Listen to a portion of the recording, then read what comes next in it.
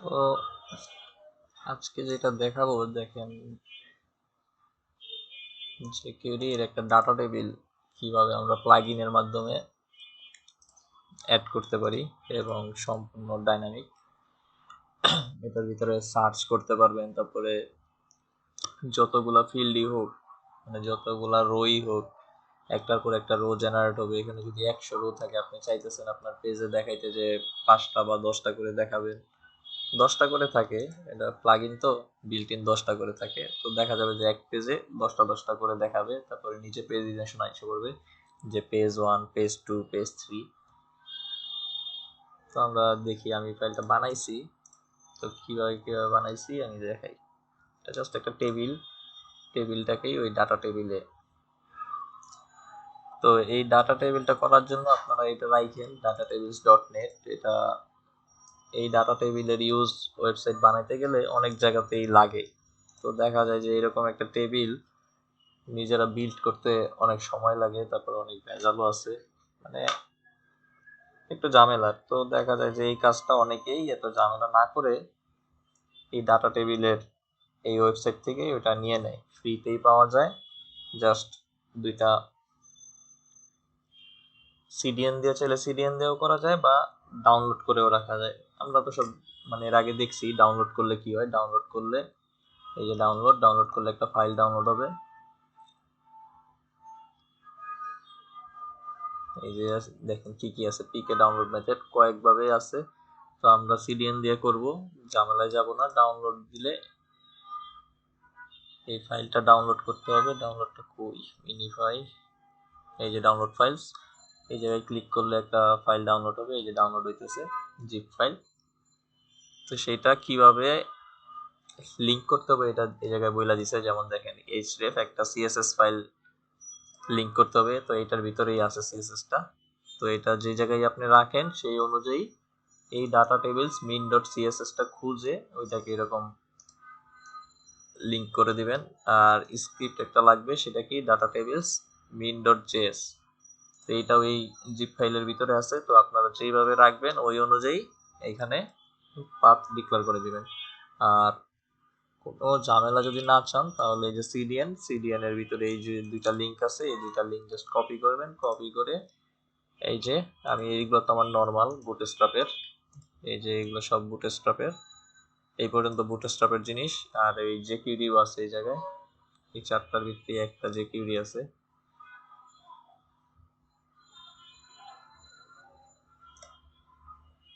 এই যে জেকিউরি ফার্স্টেই। তো এই বুটস্ট্র্যাপের ফাইলের পরে আপনি ওই ডাটা টেবিলের দুইটা যে একটা সিএসএস, এই যে ডাটা টেবিল min.css এর সিডিএন, আর আরেকটা হচ্ছে ডাটা টেবিলস min.js এর সিডিএন। এই দুইটা সিডিএন আমরা এরকম নিচে বসায় দিব হেড ট্যাগের। তারপরে আমরা নর্মালি যেভাবে টেবিল ইউজ করি, টেবিল তৈরি করি, সেরকম একটা টেবিল তৈরি করব।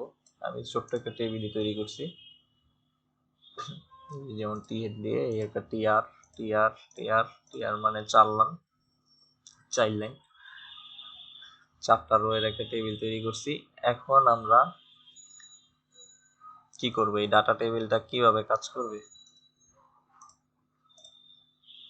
এই আমরা যখন এরকম কোনো জাভাস্ক্রিপ্ট বা প্লাগইন এইগুলা যখন নিয়ে কাজ করব, তখন অবশ্যই আইডি ইউজ করব। যেমন আমি আমার টেবিলের একটা আইডি দিছি, কি নাম, টেবিল আইডি। তো এই টেবিল আইডিটা দেখেন এই জায়গায় একটা স্ক্রিপ্ট ট্যাগ নিছি বডি ট্যাগের ভিতরেই।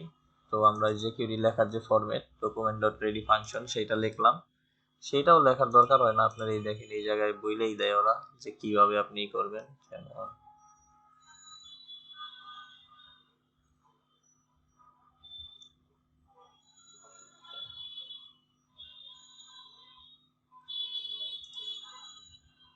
এই যে ইনস্টলেশন ডাটা টেবিল, এই ম্যানুয়ালের ভিতরে ইনস্টলেশন আছে কিভাবে ইনস্টল করবেন।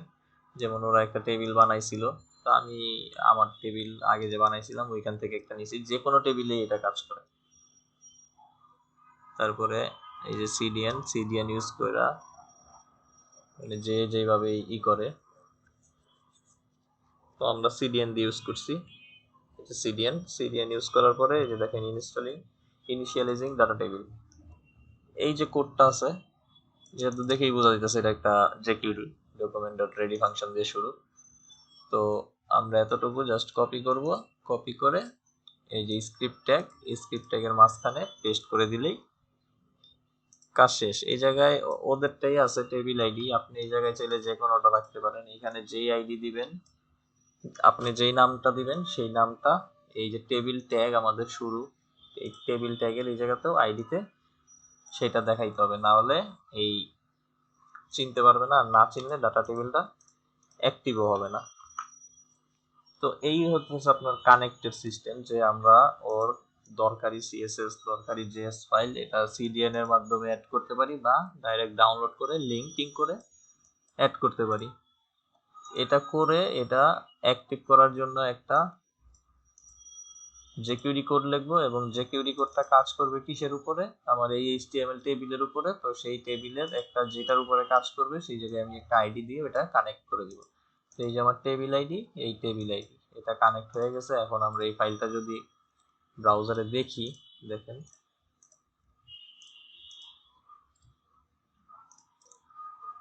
এই যে দেখেন, আচ্ছা এটা একেবারে উপরে হয়ে গেছে। আমি টেবিলের আগে একটা h1 দিই, তাহলে দেখছি কিভাবে।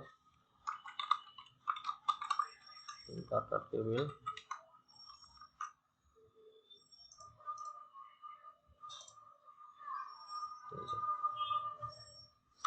দেখেন কি কি আছে। এই যে শো 10, 25, 50, 100, মানে আপনি চাইলেই এক পেজে 10টা করেও দেখাইতে পারেন, বা 25টা করে দেখাইতে পারেন, বা 50টা করে দেখাইতে পারেন। এখন তো আমার ডাটাই কম, 3টা মাত্র, এই জন্য আর এরকম পেজও আসতেছে না। যদি এখানে আমি অনেক ডাটা দিতাম তাহলে দেখতেন এই 10টার পরেই, এই জায়গায় যদি 10 দিতাম তাহলে 10টা এই জায়গায় হইলেই 10টার পরে এই জায়গায় পেজ 2 আইসা পড়তো, বা এবং এই নেক্সট অ্যাক্টিভ হয়ে যেত। তারপরে এই দেখেন সার্চও কিন্তু কাজ করে। যেমন আমি মনে করেন এই ল্যারিটা সার্চ দিব, যেটা দিয়েই দেন এটা ওয়ার্ডের উপরে বেস করে সার্চ করে। যেমন আমি এল লিখলাম, দেখেন আমার কিন্তু এল দিয়ে যেটা শুরু সেইটাই দেখা দিতেছে, এ আর ওয়াই। যদি এরকম এল দিয়ে অনেক থাকতো তাহলে আমি এটার সাথে এটা ম্যাচ করলেই শুধু এই একটাই দেখাইতো। তারপরে দেখি সংখ্যা দিয়ে করে কিনা, এই যে এটা দিয়েও সার্চ কাজ করে। এরপরে মনে করেন আমি অন্যভাবে, যে ফার্স্ট নেম না, আমি হ্যান্ডেল দিয়ে সার্চ করতে চাই, তো @টুইটার দিলাম। দেখেন এই যে দেখছেন, সার্চ আপনি যে কোনো ভাবে করাতে পারতেছেন, মানে একটা স্ট্রং সার্চ। এই সার্চের কাজটা আপনার নর্মালি করতে গেলে অনেক কোড লেখা লাগে, আর এই পুরা ব্যাপারটা করতে তো বিশাল একটা কাজ। এই বিশাল কাজটা জাস্ট আমরা এই দুইটা লিঙ্কিং এবং এই আইডি এবং এই জাভা স্ক্রিপ্টের আইডি, এই দুইটা দিয়েই আমরা এত বিশাল একটা কাজ মিনিটের ভিতরে করে ফেললাম। এই যে ডিজাইন, এইগুলা সব মনে করেন অটোমেটিক আসছে। এই যে এটা অটোমেটিক আসছে, এইটা অটোমেটিক আসছে। তো আমি এই জায়গায় 10টা মতো টিয়ার বাড়ায় তারপরে দেখি যে কি হয়।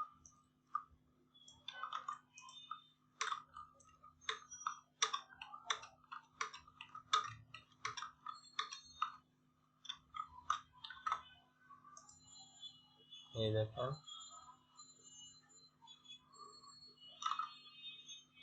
ব্যাপার কি,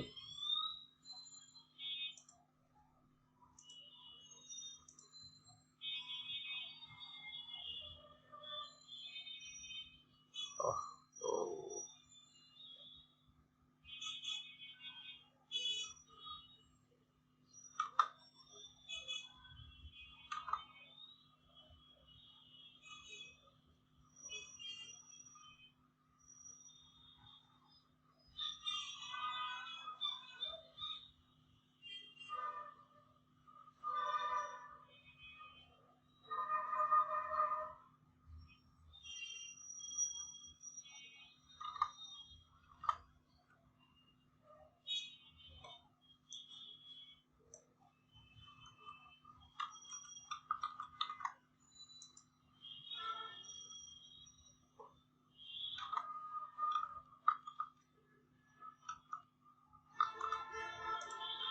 আচ্ছা, এই টেবিলটা ওই স্কোপ দিয়ে করা, তো এই জন্য এই এই নাম্বারগুলো ঠিক থাকতেছে না। আপনারা এটা করানোর পরে আপনারা নিজের একটা এই করেন, প্র্যাকটিস করেন, তখন 3 6 9 10 10টাই হয়েছে, আর একটু বেশি লাগবে।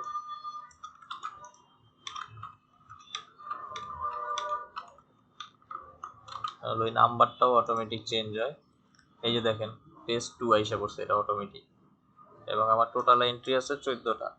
তো আমি যদি এখন পেজ 2-তে যাই, দেখেন এই যে আমার বাকি 4টা এই জায়গায় দেখাইতেছে, এবং প্রিভিয়াস। এখন কিন্তু নেক্সট আর যাবে না, কারণ 14টাই তো আছে, 14-র পরে তো আর নাই। তো এই জন্য আর নেক্সট যেতেছে না, কিন্তু আমার এই 4টার আগে তো 10টা আছে। এই জন্য দেখেন চাইলে আমি 1 দিয়েও পিছিয়ে আসতে পারবো, প্রিভিয়াস দিয়েও পিছিয়ে আসতে পারবো। এই যে প্রিভিয়াস কোডও কাজ করে। তো এই যে একটা ডাটা টেবিল, সেটা বুঝতেই পারতেছেন এই জায়গায় কতগুলো ফাংশনালিটির কাজ আছে। তো এটা আপনি খুব ইজিলি মানে এই প্লাগইনের মাধ্যমে করে ফেলা গেল। তারপর আমি সার্চের আর একটা জিনিস দেখাই, যেমন জাস্ট এক্সাম্পল রাখলাম। দেখেন আমি এই জায়গায় কিন্তু জানি না বা দেখতেছিও না, আমার অনেক ডাটা আছে। তো আমি চাইতেছি, আমি জানি যে আমার এক্সাম্পল নামে একটা ফাইল আছে, আমি ওটা দেখতে চাইতেছি। দেখেন আমি এই জায়গায় সার্চ দিলাম, এই যে আমার এক্সাম্পল নামের ফাইলটা এই জায়গায় এসে পড়ছে। তার মানে এটা সার্চটাও খুব স্ট্রং। তো এই টেবিলটা অনেকেই ইউজ করে, ম্যাক্সিমাম ডেভেলপার ইউজ করে, যাদের এরকম টেবিল দরকার সার্চ সহ। তো তারা এত কোড করতে যায় না, তারা এইটা সিম্পলি একটা ডাটা টেবিল জেকিউরির মাধ্যমে অ্যাড করে সুন্দর মতো করে ফেলে। তারপরে এই জায়গায় কিছু কাজ আছে, এই যে দেখেন সর্টিং করা যাইতেছে।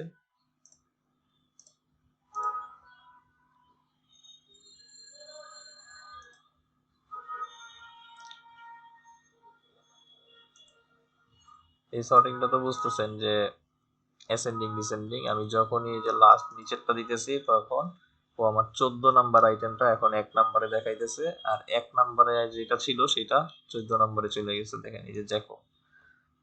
তো যখন আমি আবার এই জায়গায় 1-এ দিব, দেখেন জ্যাকব 1-এ আসছে, তো আমার ওইটা 14 নম্বরে চলে গেছে, এই যে মার্ক এমডিও। তো এই জায়গায় আপনি চাইলে সর্টিংও করাইতে পারবেন। তো এটার ওয়েবসাইটটা হচ্ছে ডাটা টেবিল, এটা হচ্ছে ওয়েবসাইট। আর এত কিছু না মনে থাকলেও গুগলে জাস্ট ডাটা টেবিল লিখলেই হয়, ডাটা টেবিল জেকিউরি, দেখবেন ওই ওয়েবসাইটে নিয়ে গেছে। তো এই ওয়েবসাইটটা অনেক জনপ্রিয়, সবাই ম্যাক্সিমাম লোকে এটা ইউজ করে। বুটস্ট্র্যাপেও দেখি ডাটা টেবিল 2 দেখাইতেছে, দেখি একটু কেমন।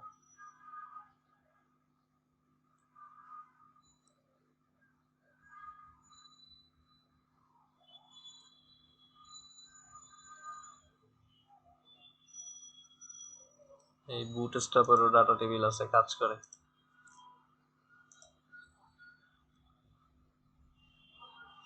এই যে বুটস্ট্র্যাপের একটু ডিজাইন চেঞ্জ, এটা বুটস্ট্র্যাপ দিয়ে ডিজাইন এটা চেঞ্জ করছে। তো এখান থেকে ডাইরেক্ট কপি পেস্ট করলেই আপনারা এটা কাজ করাইতে পারবেন। এই ক্লাস নিচে টেবিল, এই যে এই আইডিটার উপরে বেস করে এটা কাজ করতেছে। এইচটিএমএল এতটুকু এটা কপি করবেন, তারপরে এই জাভাস্ক্রিপ্ট হচ্ছে এটা। এইচটিএমএল এ কি আছে উপরে একেবারে, এটা আর লিঙ্কিং টিঙ্কিং করা লাগে না, এটা জাস্ট আইডি থেকে কল করেই পাইতেছে, বাকিটা বুটস্ট্র্যাপের সাথে অ্যাড করা আছে। যদি চান যে ডিরেক্ট বুটস্ট্র্যাপেরটা ইউজ করবেন, তাহলে এরকম বুটস্ট্র্যাপেরটা খুঁজে নেবেন, ডাটা টেবিল বুটস্ট্র্যাপ লিখলেই আইসা পড়বে। এই যে ডিটি বেসিক এক্সাম্পল, এই জাস্ট একটা আইডির মাধ্যমে এটা কাজটা করতেছে। আর নিচে আমরা এরকম একটা জাভাস্ক্রিপ্ট লিখে দিব, এই যে ডিটি বেসিক এক্সাম্পল। আর ক্লাস অ্যাড হইতেছে কি দিয়া, BS select data tables length, এইটাও দেখতে হবে এটা কই আছে।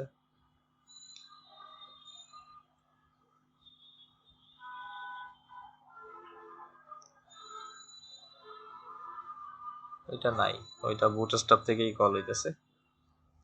আমরা যে বুটস্ট্র্যাপের সিডিএন বা বুটস্ট্র্যাপ অ্যাড করি না, বুটস্ট্র্যাপ 4, ওইখান থেকেই এটাকে কানেক্ট করায় তারপরে কাজ, এই যে এরকম আউটপুট দিতেছে। এই দেখেন এই সেম জিনিসটাই আমরা ডাটা টেবিল একটু আগে ওইটার ডিজাইন একরকম ছিল আর এই জায়গায় আরেকটা ডিজাইন, কিন্তু সাইডটা তো ভারী কেন?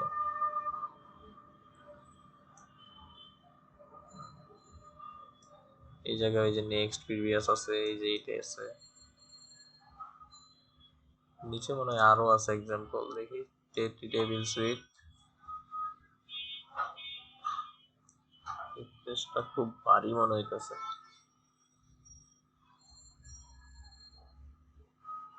এটা হচ্ছে ডিরেক্টলি একটু আগে যে ডাটা টেবিলটা আমরা ইউজ করছি সেই ডাটা টেবিল।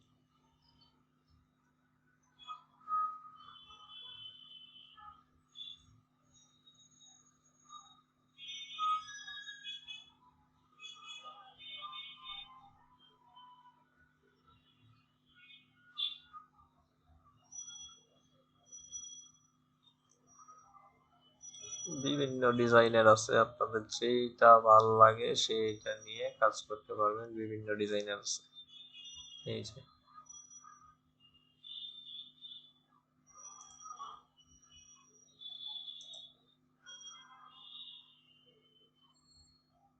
এই যে ফুল পেজিনেশন, মানে পেজিনেশনের আরো কত ডিজাইন, নর্মাল আছে, এমনিতেও আছে, এরপরে আবার একেবারে হোম পেজে যাওয়ার জন্য, একেবারে লাস্ট পেজে যাওয়ার জন্য আরো স্ট্রং পেজিনেশন। এই জায়গায় আর ওই প্রিভিয়াসলি মানে নেক্সট প্রিভিয়াস না দিয়ে একেবারে হোম পেজ আর একেবারে ইন।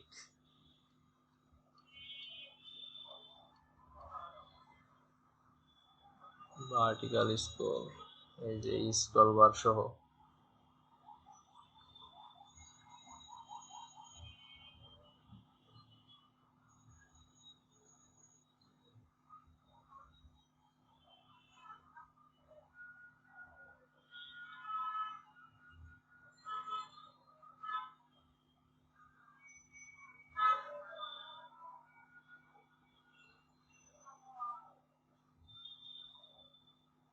প্রত্যেকটার জন্য আলাদা আলাদা সার্চ। ভালো, এখানে আরো অনেক আপডেট ডাটা টেবিল আছে। md.bootstrap.com, ওই ডাটা টেবিল লিখে সার্চ দিলেই আপনার যেই জায়গায় যে জায়গায় ডাটা টেবিল আছে সেই জায়গার বিভিন্ন জিনিস দিয়ে দিবে।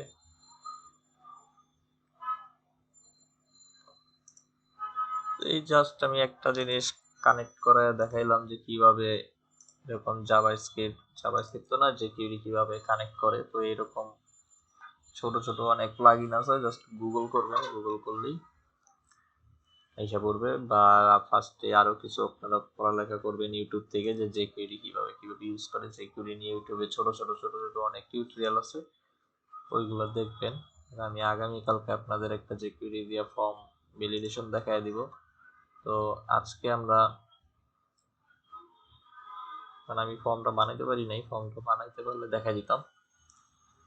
তো এত তাড়াতাড়িও ক্লাসটা ক্লোজ না করি, আমরা পিএইচপি শুরু করব যেহেতু।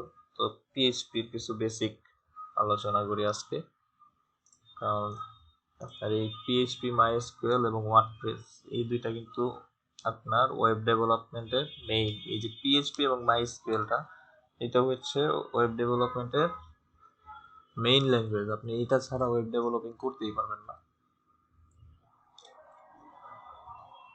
তো এটা কিন্তু এরকম এক মাসের মানে সম্ভব না শেষ করা। তো আমাদের মনে হয় 27টা না 28টা ক্লাস শেষ হয়েছে, তার মানে আরো 20-22টা ক্লাস আছে। এর ভিতর থেকে এর ভিতরে এই পিএইচপি এবং মাইস্কেল দেখাইতে হবে, তারপর আবার ওয়ার্ডপ্রেস দেখাইতে হবে, তারপরে ফাইবার সম্পর্কেও কিছু ধারণা দেওয়া লাগবে। তাহলে বুঝতেই পারতেছেন কত ঝামেলা। তো আমরা পিএইচপিটাকে এখন ধরবো, আর যতটুকু পারা যায় আমি পিএইচপির যতটুকু পারা যায় অতটুকু দেখাবো, মাইস্কেলও দেখাবো। তারপরে আমি আপনাদের একটা টিউটোরিয়াল সাজেস্ট করে দিব, ওইটা আপনারা নিজেরা দেখেন। যদি ওই টিউটোরিয়ালটা ফুল কমপ্লিট করতে পারেন তো মোটামুটি আপনাদের পিএইচপির বেসিক না, বেসিক থেকে মোটামুটি অ্যাডভান্স লেভেলের অনেক জ্ঞান পেয়ে যাবেন। ওই টিউটোরিয়ালটা আপনাদের দিব। এটা হচ্ছে প্রায় 250 ভিডিও টিউটোরিয়াল, ওর ভিতরে 2টা প্রজেক্টও করানো আছে। সবই করবেন, কিন্তু আমি ক্লাসের পরে দিব এটা, কারণ এই ক্লাস চলাকালীন সময় ওই টিউটোরিয়াল দিলে তখন ঝামেলা হয়ে যাবে আপনাদের। এটা আমার মনে নাও থাকতে পারে, আপনারা একটু মনে করাই দিন। কারণ আমরা পিএইচপি যাই, W3 স্কুল থেকেই আজকে জাস্ট পিএইচপি বেসিক কিছু আলোচনা করি।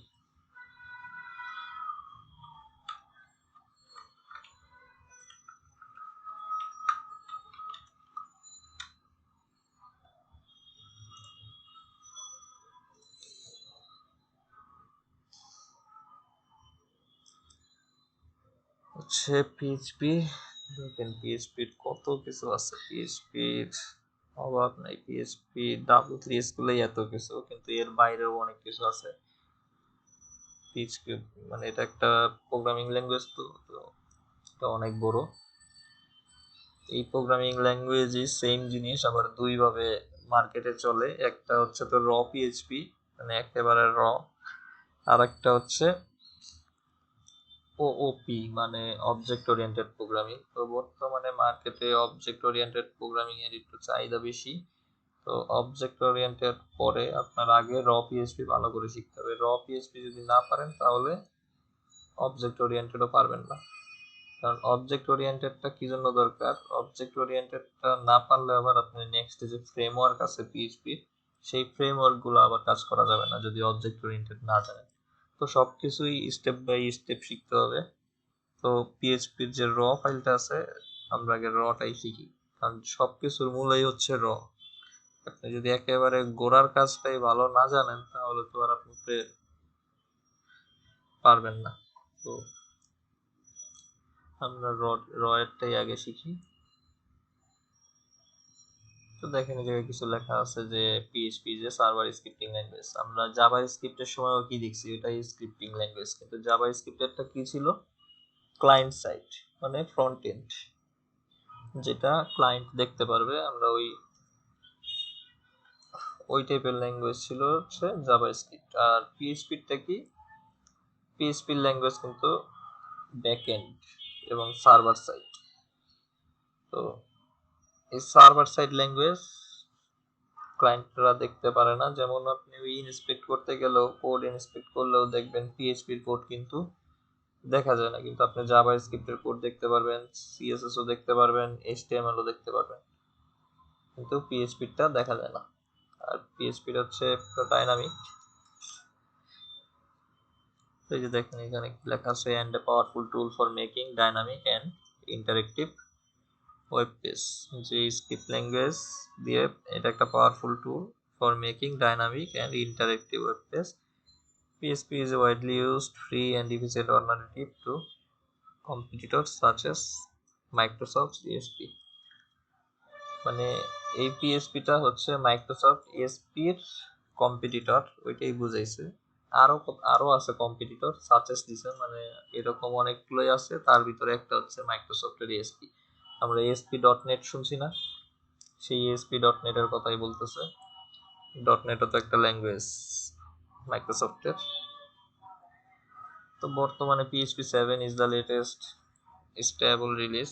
PHP 8 মনে হয় বাইরে হয়ে গেছে, তো W3 স্কুল এখন আউট, মানে আপডেট করেনি।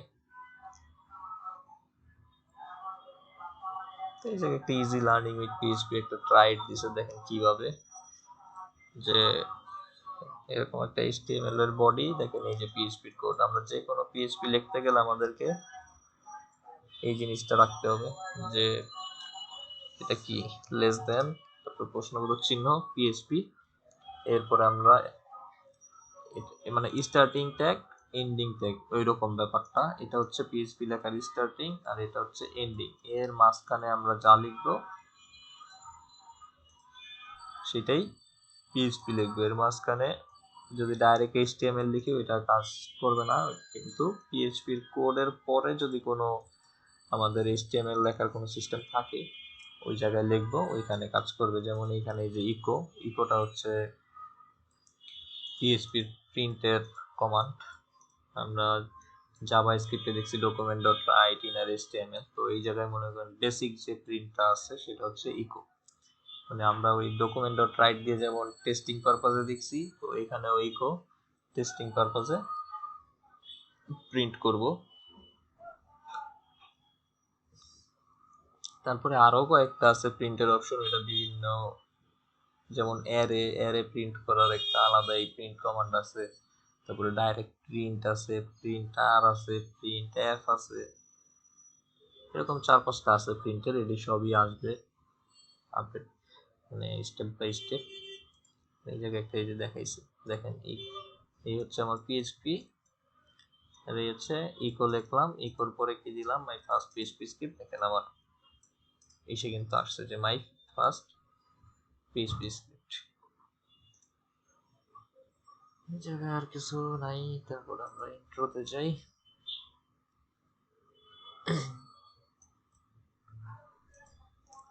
ও ভালো একটা কথা, তো আপনাদের তো পড়াইতেছি, আমার আগে আজকে কিছু ইনস্টলেশন দেখাইতে হবে। আপনারা কি সবাই উইন্ডোজ 10 ইউজ করেন? হ্যাঁ 10। কারণ পিএইচপিটাই জি স্যার। উইন্ডোজ 10 ইউজ করতে হবে, কারণ 7-এ অ্যাপাচি সফটওয়্যারটা ঝামেলা করে। তো পিএইচপি কাজ করতে গেলে আমাদের একটা সফটওয়্যার নামাইতে হবে, সেটার নাম হচ্ছে স্যার হ্যাঁ ওই যে পিএইচপি স্ট্রম, যে ওইটার আমারই আছে, নিজেরই লাইসেন্স আছে, আমি ওইটা ইউজ করতে পারবো তাইলে? করতে পারেন, সমস্যা নাই। পিএইচপি স্ট্রম তো একটা ইয়ে থেকে এডিটর, দিয়েছিলাম, এটা তো হচ্ছে একটা, গিট হাব থেকে 1 বছরের জন্য লাইসেন্স দিয়ে দিচ্ছে ওই জেট ব্রাইনের যত অ্যাপ আছে সবগুলোর জন্য। তাই নাকি? এটা কি হ্যাঁ মানে 12টা। স্টুডেন্টদের নাকি সবার? স্টুডেন্ট। হ্যাঁ, স্টুডেন্ট আইডি লাগবে। আপনার স্টুডেন্ট আইডি আছে? হ্যাঁ আছে একটা। তাহলে আপনি ইউজ করতে পারবেন। এটা স্টুডেন্ট আইডি থাকলে 1 বছরের জন্য চালানো যায়। এখন দেখেন ওই পিএইচপি স্ট্রম হচ্ছে একটা কি বলে এডিটর। তো এটা পিএইচপি বেস, মানে পিএইচপির যতগুলা ফ্রেমওয়ার্ক আছে, মানে পিএইচপি রিলেটেড কাজ, মানে পিএইচপি র তো একটা আছেই, তারপরে হচ্ছে যেমন কোডিগনিটর আছে, লারাভেল আছে, তারপরে সিম্ফনি আছে, কেক পিএইচপি আছে, এইগুলো সব হচ্ছে পিএইচপির ফ্রেমওয়ার্ক। তো এই সবগুলা ফ্রেমওয়ার্কের কাজগুলা ওই পিএইচপি স্ট্রম দিয়ে করলে একটু ইজি হয় ব্যাপারগুলো, মানে দেখা যায় পিএইচপির পুরা কোড লেখা লাগে না, অল্প একটু লিখছেন তখন ও সাজেস্ট করতেছে, তারপরে ভুল ত্রুটি চেক করা যায়। ওটা খারাপ না, ভালো, কিন্তু এটা ইউজ তো আপনার ইউজার ফ্রেন্ডলি হইতে অনেক সময় লাগবে।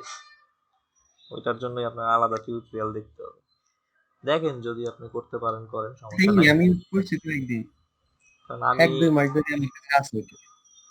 আমি নর্মালি এই সাবলাইমেই দেখাবো যে সাবলাইম দিয়ে কিভাবে পিএইচপি স্ট্রম করে, কারণ মানে পিএইচপি কিভাবে করে ওইটা তো কোনো সমস্যা না। এডিটর তো এডিটরে দেখা যায় কোনোটাই হচ্ছে একটু সুবিধা বেশি, কোনোটাই সুবিধা কম। এই যে যেটাই করেন এডিটর সমস্যা নেই, যার যেটাতে সুবিধা মনে হয়, কারণ আমি তো কোড লিখবই, কোডটাই হচ্ছে মেইন কথা। তো কোড যে জায়গায় লেখেন ওটা সমস্যা নাই, যে এডিটরেই লেখেন আউটপুট আসবে। যেটা বলতেছিলাম, তো আমরা এই যে দেখেন আমাদের সফটওয়্যারটা করে কিরকম হবে দেখাই। এই যে জ্যাম্প, এই যে এরকম একটা সফটওয়্যার লাগবে, না হলে আপনি পিএইচপির আউটপুটটা দেখতে পারবেন না। এটাকে বলে সার্ভারের মতোই বলে লোকাল হোস্ট। তো এই পিএইচপি মাইস্কুয়েলের কাজগুলো লোকাল হোস্ট সার্ভার লাগে, না হলে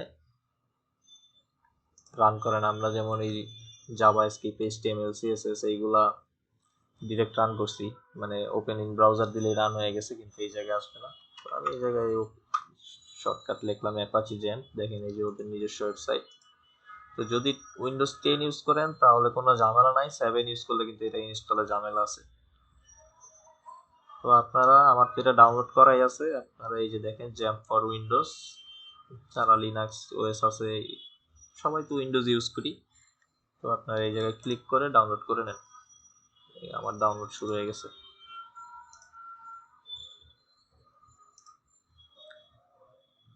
যদি এখন করতে পারেন করেন, না করতে পারলে পরে করেন।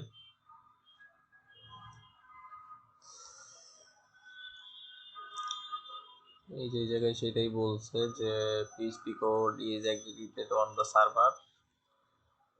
তারপরে বলতেছে পিএইচপি শিখার আগে কি কি লাগবে, এই যে এইচটিএমএল সিএসএস জাভাস্ক্রিপ্ট এই ব্যাপারগুলো শেষ করে তারপরে পিএইচপি লাগবে। এরপরে কিছু পিএইচপি দিছে, যেমন এই যে পিএইচপির অ্যাক্রোনিম কি, হাইপারটেক্সট প্রি প্রসেসর। তারপরে PHP is widely used open source scripting language. PHP are executed on the server, free to download and use.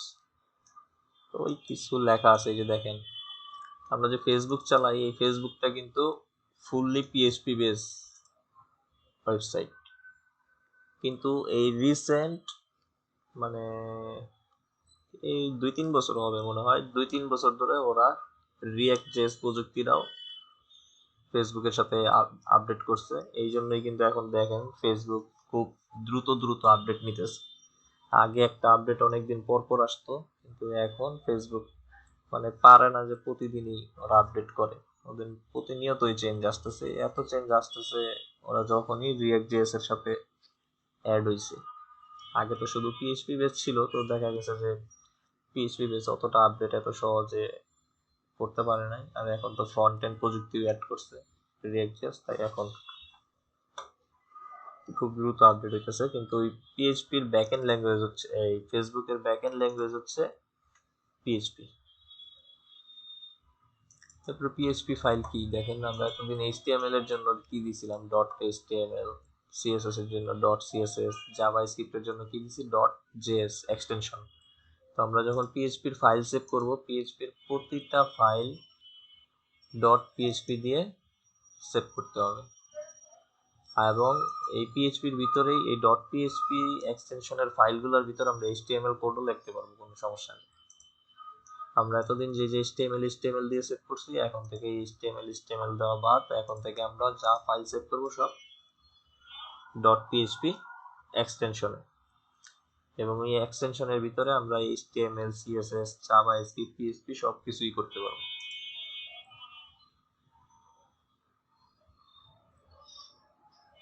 এরপরে এই জায়গায় দেখাইছে যে পিএইচপি দিয়ে কি কি করা যায়, generate dynamic page content, create, open, read, right, delete, এটাকে আমরা বলি ক্রুড অপারেশন।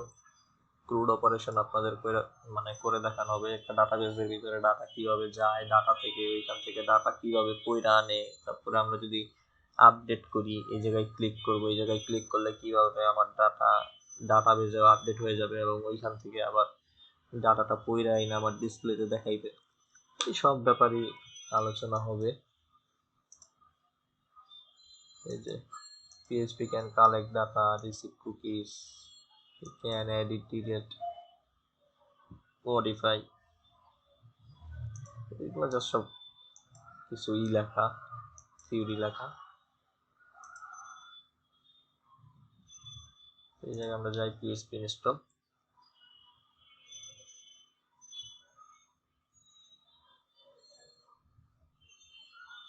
এই যে install a web server on your own PC. তো ওন সার্ভার কি, এই যে আমরা জ্যাম্পের কথা যে বলছি, এইটাই হচ্ছে আমাদের ওন সার্ভার, কারণ আমাদের তো এখন ডোমেইন হোস্টিং নেই। তো ডোমেইন হোস্টিং ছাড়া যদি আপনি পিএইচপি দিয়ে কাজ করতে চান, আপনার নিজস্ব একটা সার্ভার লাগবে। তো এই সার্ভারটাই হচ্ছে এই জ্যাম্প।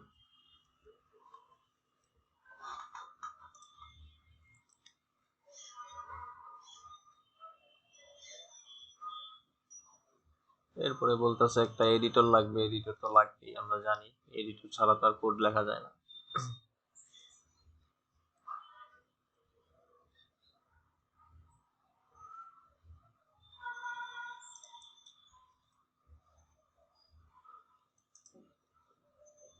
এরপরে এই জায়গায় কিছু আছে যে বেসিক পিএইচপি সিনট্যাক্সটা কেমন হবে। এই যে এটা হচ্ছে আমাদের পিএইচপি স্টার্টিং, এটা হচ্ছে এন্ডিং, এই দুইটার মাঝখানে আমরা যা লিখবো এইগুলো হচ্ছে পিএইচপির কোড লিখব। তারপরে এই জায়গায় বলে দিয়েছে ডিফল্ট এক্সটেনশন কি, পিএইচপি। তো এই যে PHP file normally contains HTML tags, যে আমরা এইচটিএমএল এর ভিতরেও পিএইচপি কন্টেন্ট করাইতে পারবো, মানে HTML এর ভিতরেও PHP কোড লিখতে পারবো। আর আমাদের এই বিভিন্ন HTML এর ভিতরেই যে জায়গায় ডাইনামিক দরকার আমরা ওইরকম ট্যাগের ভিতরে যাই PHP কোড লিখবো, তারপরে ডিরেক্ট ফাংশন আলাদাভাবে বানাবো। এটা যখন কাজ করবো আমরা দেখবো।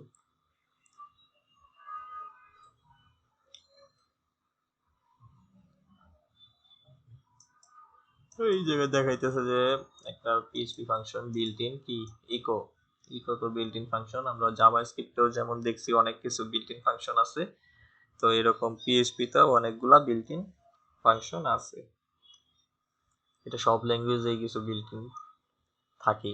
এই জায়গায় একটা এক্সাম্পল দেখাইছে যে এই হ্যালো ওয়ার্ল্ডটা প্রিন্ট করে, যে হ্যালো ওয়ার্ল্ড, আমিও দেখাই হ্যালো ওয়ার্ল্ড কিভাবে কাজ করে। তো সর্বপ্রথম আমার যেটা করতে হবে দেখেন, আমি PHPর জন্য একটা ফোল্ডার করি। এখন যেগুলো করতেছি এটা তো সাথে সাথে হয়তো অনেকে করতে পারবেন না, সফটওয়্যার নাই, তো ভালো করে দেখেন। তারপরে ভিডিও তো আমি দিয়ে দিব, তারপরে আপনারা ওই সফটওয়্যার ডাউনলোড করে ইনস্টল করবেন। ইনস্টল করে তারপরে এরকম করে কাজ করবেন। ফাইল ওপেন ফোল্ডার দিলাম, আমাদের ফোল্ডারটা আছে ডেস্কটপে PHP, একটা দিলাম। আচ্ছা, এই PHPর ভিতরে আমি ফার্স্ট একটা আজকে টেস্ট নামিয়ে নিই, বা index.php নামে আমি একটা নিলাম, index ডট এই যে PHP, আমাদের এক্সটেনশন কি PHP। এই আমার ফাইল সেভ হইল। দেখেন এই জায়গায় কিন্তু ব্যাপারটা অন্যরকম। তো এটা আমরা আরেকটু সুন্দর দেখার জন্য একটা জিনিস ডাউনলোড করতে পারি, একটা প্যাকেজ ইনস্টল করি সাবলাইমে।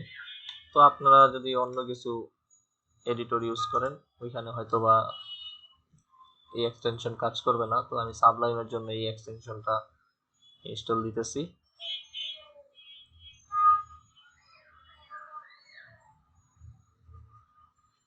PHP স্ট্রমে লাগবে না মনে হয়, PHP স্ট্রমে থাকে।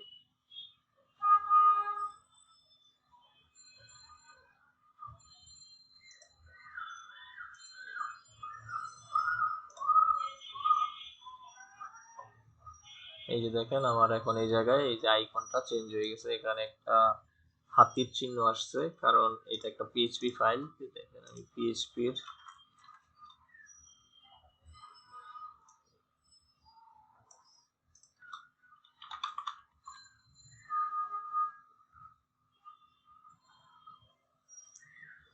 যাই হোক ওই জায়গায় দেখাইতেছে না, কিন্তু PHPর এই যে কালার, এই কালারটা কিন্তু এই জায়গায় আসছে। এবং এই এডিটর গুলোতে PHPতে একটা এরকম হাতির মতো আইকন দেখায়। তো এটা হয় কি একটা মানে এই এক্সটেনশনটা খুব ভালো একটা এক্সটেনশন। এটা যখন আমরা পুরো একটা প্রজেক্ট ফাইল নিয়ে কাজ করি তখন এখানে অনেক ডকুমেন্ট থাকে, এর ভিতরে HTML থাকে, CSS থাকে, JS থাকে, PHP থাকে, আরো অনেক ধরনের ফাইল থাকে, কনফিগারেশন ফাইল থাকে, এরকম অনেক ধরনের ফাইল থাকে। তো তখন এই আইকনগুলো দেখলেই আমরা একটু সহজে বুঝতে পারি যে এটা এই ডকুমেন্ট, এটা ওই ডকুমেন্ট। যাই হোক এখন আমরা কোড লিখি। কোড লেখার আগে আমাদের ওই যে HTML এর যে ব্যাপারগুলো ছিল এইগুলোই করি।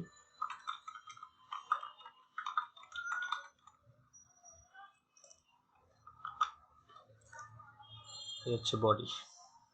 তো বডিতে এখন আমি PHP কোড লিখবো। কোডটা আমি এখান থেকে কপি করে আনি, যে একটা h1 ট্যাগ আর এই যে PHP, তারপরে এই বডি। তো আমরা এতটুকু কপি করে নিই। আচ্ছা শুধু h1টা নিই। আচ্ছা আমাদের h1, আর এখানে মনে করেন আমি PHP শুরু করব। তো এই হচ্ছে PHP লিখলাম, এন্টার দিলাম, ক্লোজিং দিলাম, এবং মাঝখানে কি লিখবো, এই যে দেখেন আমার নীল চিহ্ন, নীল কালারের লেখা আসছে, তার মানে এটা বিল্ট ইন। ইকো দিলাম হ্যালো ওয়ার্ল্ড, এখানে একটা সেমিকোলন দেওয়া লাগবে, সেমিকোলন মাস্ট। জাভা স্ক্রিপ্টে মাঝে মাঝে যদি সেমিকোলন মিসও হয়ে যায় সেই জন্য কিন্তু এরর দিবে না, কিন্তু পিএইচপিতে আপনার সেমিকোলনের ইউজ মাস্ট বি থাকতে হবে। সেমিকোলন না দিলেই আপনার মনে করেন সাইট এরর দিয়ে দিবে, যে জায়গায় ভুল আছে আউটপুট আসবে না।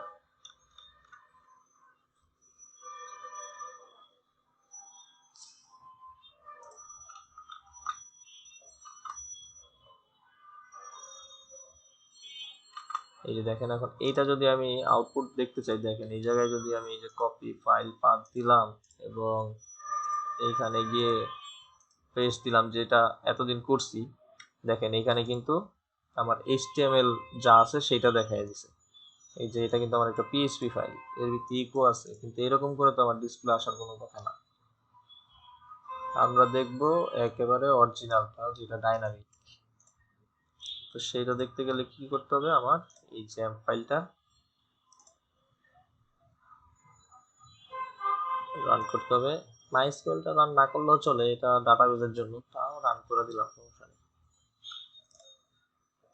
আরেকটা ব্যাপার আছে, সেটার জন্য এটা কাটি। আমরা এই জায়গায় যে পিএইচপিটা রাখছিলাম সেই পিএইচপিটা কাট করি।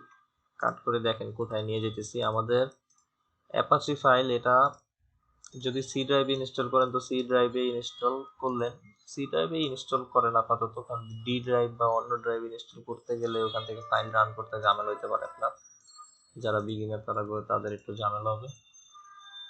তো আমরা অ্যাপাচিটা যখন সি ড্রাইভে রান হবে, ইনস্টল হবে, তখন দেখেন এই যে লোকাল ডিস্ক সিতে যায়, এই যে জ্যাম্প নামে একটা ফোল্ডার থাকবে বাইরে, এই জ্যাম্প ফোল্ডারে যাইতে হবে এবং জ্যাম্পের ভিতরে এখানে খুঁজবেন htdocs।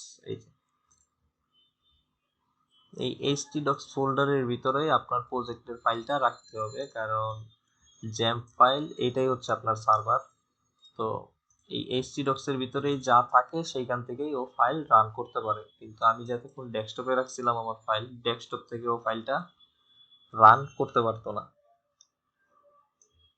শত চেষ্টা করলেও এই জ্যাম্প দিয়েও ওইখান থেকে ফাইল রান হইতো না। এটা সফটওয়্যারেরই সিস্টেম, কারণ আমার এই পিসিটা এখন একটা সার্ভার হয়ে গেছে এই জ্যাম্পের মাধ্যমে। তো ওর সার্ভার মানে যে ডিরেক্টরি, সেই ডিরেক্টরিতেই কোনো ফাইল পাইলে সেখান থেকেই রান করবে, ওর ডিরেক্টরির বাইরে কোনো ফাইল পাইলে সেখান থেকে রান করবে।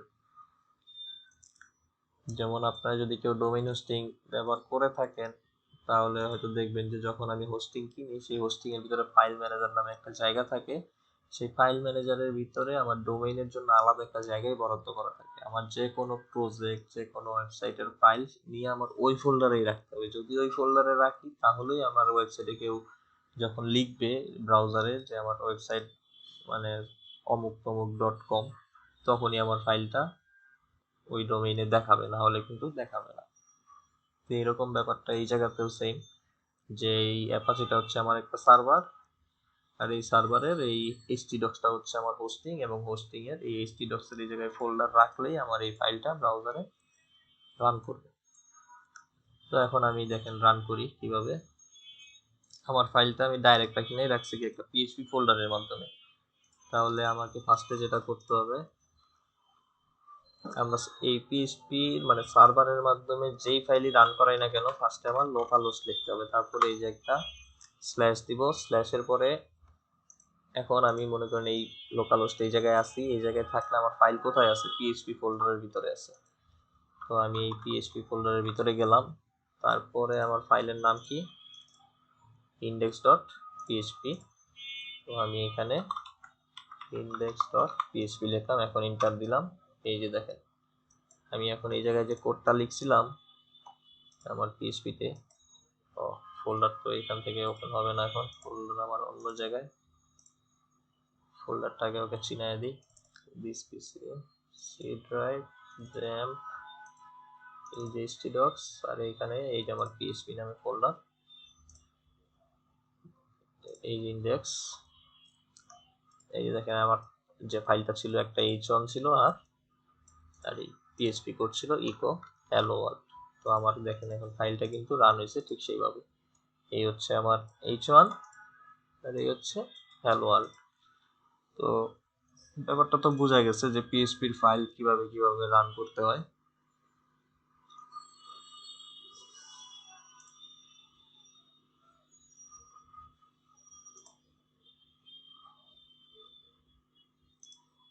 আপনারা এই আজকের ক্লাস শেষে যখন আমি ভিডিও দিয়ে দিব, আমি সাথে সাথে ভিডিও রেন্ডার করে তারপরে স্যার এই ফাইল লোকেশনটা একটু বুঝিনি, কোনটা ওই যে ব্রাউজারে যে শো করাইলে ব্রাউজারে যে শো করাইলাম, আমি রান করাইছি, ইনস্টল করে রান করাইছি, এই যে এই পেজটা লোকাল হোস্ট।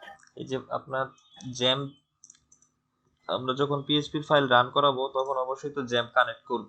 এটা কিন্তু স্টার্ট না করলেও কাজ হবে না। যেমন দেখেন আমি এটা যদি স্টপ করে দেই, এখন যদি আমি ফাইলটা এই যে রিফ্রেশ দেই, দেখবেন এই জায়গায় ফাইল রান হবে না, আমার কিন্তু এখনো ঘুরতেছে।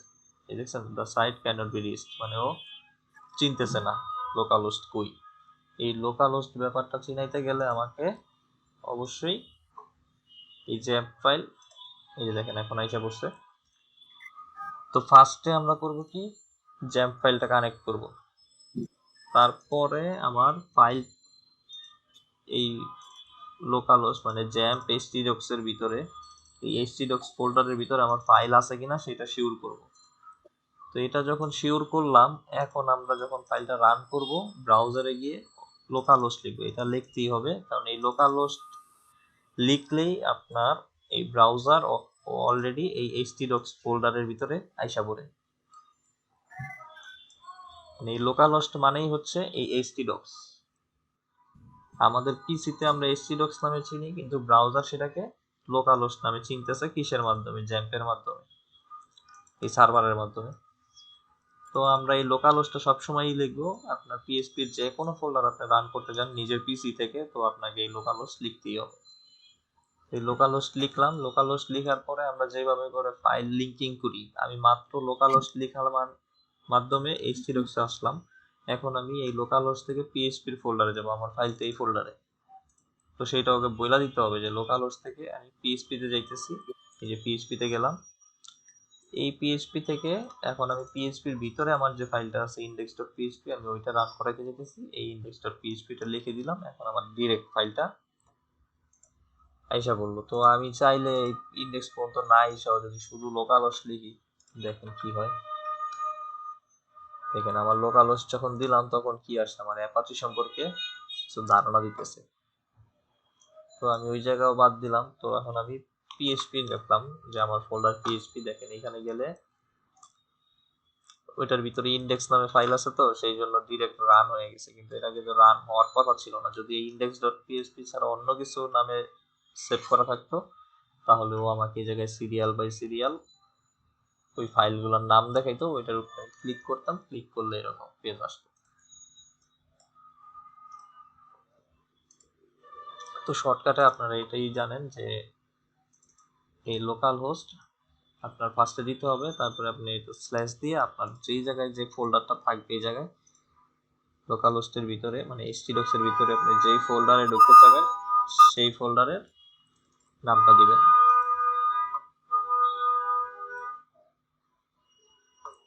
তারপর আপনার ফাইলের নাম দিবেন। তো ফাইলের নাম দিলে এরকম রান হবে।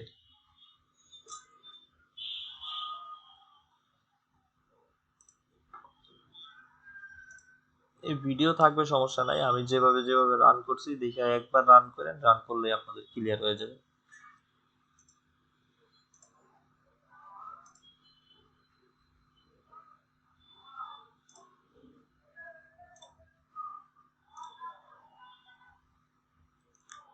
এই জায়গায় একটা জিনিস লিখছে যে PHP case sensitivity, PHP keyword if else while echo etc class function and user defined function are not case sensitive। জাভা স্ক্রিপ্টে দেখছি কি আমরা কেস সেন্সিটিভ, মানে ইফ বড় হাতের ইফ দিলে কাজ করে না, এলস বড় হাতের দিলে কাজ করবে না। কিন্তু পিএইচপিতে এই যে দেখেন ইকো বড় হাতের দিছি তাও কাজ করবে, ইকো ছোট হাতের দিছি তাও কাজ করবে, ইকো এরকম ভাঙা চুরে দিছি তাও কাজ করবে। মানে ও এই জায়গায় লিখেই দিছে, দেখেন আর নট কেস সেন্সিটিভ।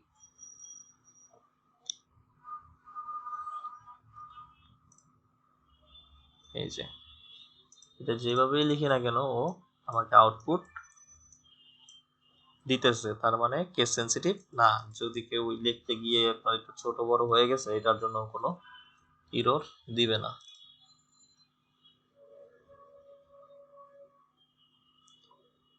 এই জায়গায় আবার আরেকটা জিনিস লিখছে যে অল ভেরিয়েবল নেমস আর কেস সেনসিটিভ।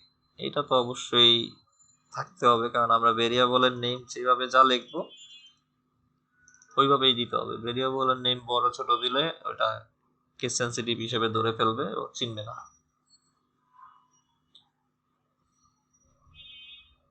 দেখেন পিএইচপি তে ভেরিয়েবল কিভাবে ডিক্লেয়ার করে। আমি বলছিলাম না যে জাভাস্ক্রিপ্ট, পিএইচপি বা যে কোনো ল্যাঙ্গুয়েজেই ভেরিয়েবল তারপরে ফাংশন এইগুলা সব কমন। তো জাভাস্ক্রিপ্টে যদি ওই জিনিসগুলো আপনারা বুঝে থাকেন, পিএইচপি তে আর এত কষ্ট হবে না।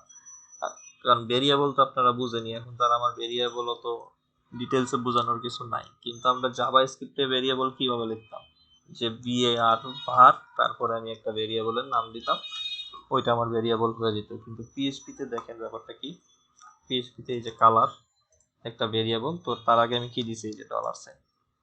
তো পিএইচপি তে যে কোনো ভেরিয়েবল ডিক্লেয়ার করতে গেলে এরকম ডলার দিতে হবে।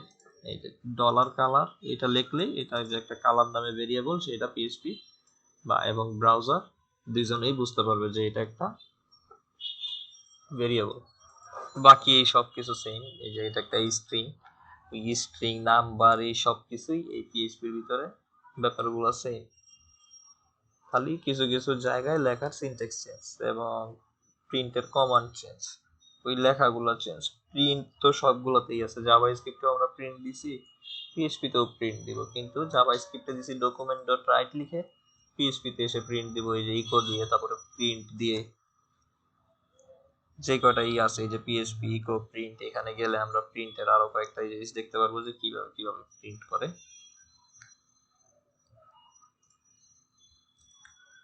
তো দেখেন আমি এই জায়গায় এই ফাইলটা কাজ করি।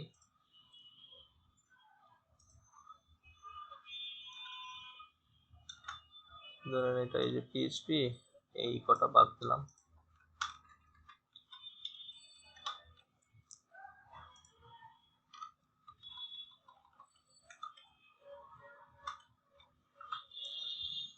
আমি একটা ভেরিয়েবল নিলাম, ওদের মতো কালার নামিয়ে নিলাম,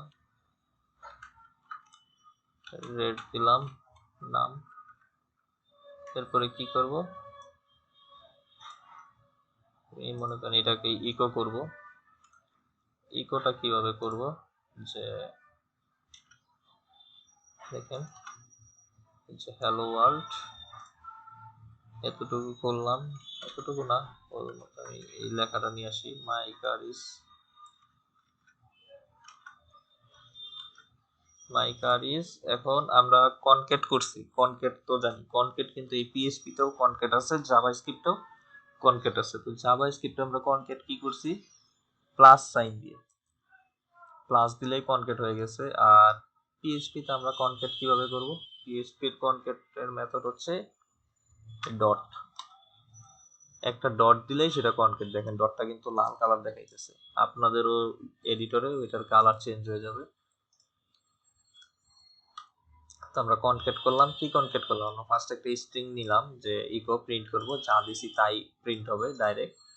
আর এটার সাথে আমি কনকেট করলাম যে আমার এই ভেরিয়েবলের ভ্যালুটাও এখন আমি কনকেট করে দিলাম। তো এই জায়গায় আমি ভেরিয়েবল লিখে দিলাম কালার। তো এখানে এখন আমার কি হবে, মাই কার ইজ রেড। তো আমরা দেখি আমাদের আউটপুটটা কিরকম আসে। তো কি করব, আমরা লোকাল হোস্টে যাব, পিএইচপি লোকাল হোস্টের পরে আমার পিএইচপি, তারপরে আমি ফাইলের নাম কি দিয়েছিলাম, ইন্ডেক্স ডট আরে ডট পিএইচপি। এই যে দেখেন মাই কার ইজ রেড, কিন্তু ইজের পরে কোনো স্পেস দেওয়া হয় নাই, সেই জন্য আমার লাইগা লেগে আসছে। এই আমি স্পেস দিয়ে দিলাম। তো এখন কি হবে, এই যে মাই কার ইজ রেড। তো আমার রেড এই কথাটা কোথা থেকে আসছে, এটা আসছে দেখেন, আমি তো জায়গায় রেড লিখি না, এটা লিখছি কি কালার। তো এই কালার কি, আমার এই যে ভেরিয়েবল ডলার সাইন আছে, তো এই ভেরিয়েবলের ভ্যালু ছিল কি রেড, সেই জন্য এখানে আমার এই যে রেড লেখাটা আসছে। তো এই কালারের পরে যদি আমি একটা ফুল স্টপ তো কনকেট করা উচিত, তো আমি এই জায়গায় একটা ফুল স্টপ দিয়ে দিলাম। এখন আমার এই যে ও ভুল বলতেছে সিনট্যাক্স এরর।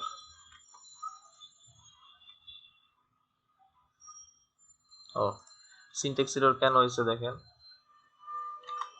এই পিএইচপিতে কিন্তু এরকম ভুল হইলেই আপনাকে এরর দিবে এবং সেটা বইলাও দিবে কোন কয় নাম্বার লাইনে ভুলটা হইতেছে।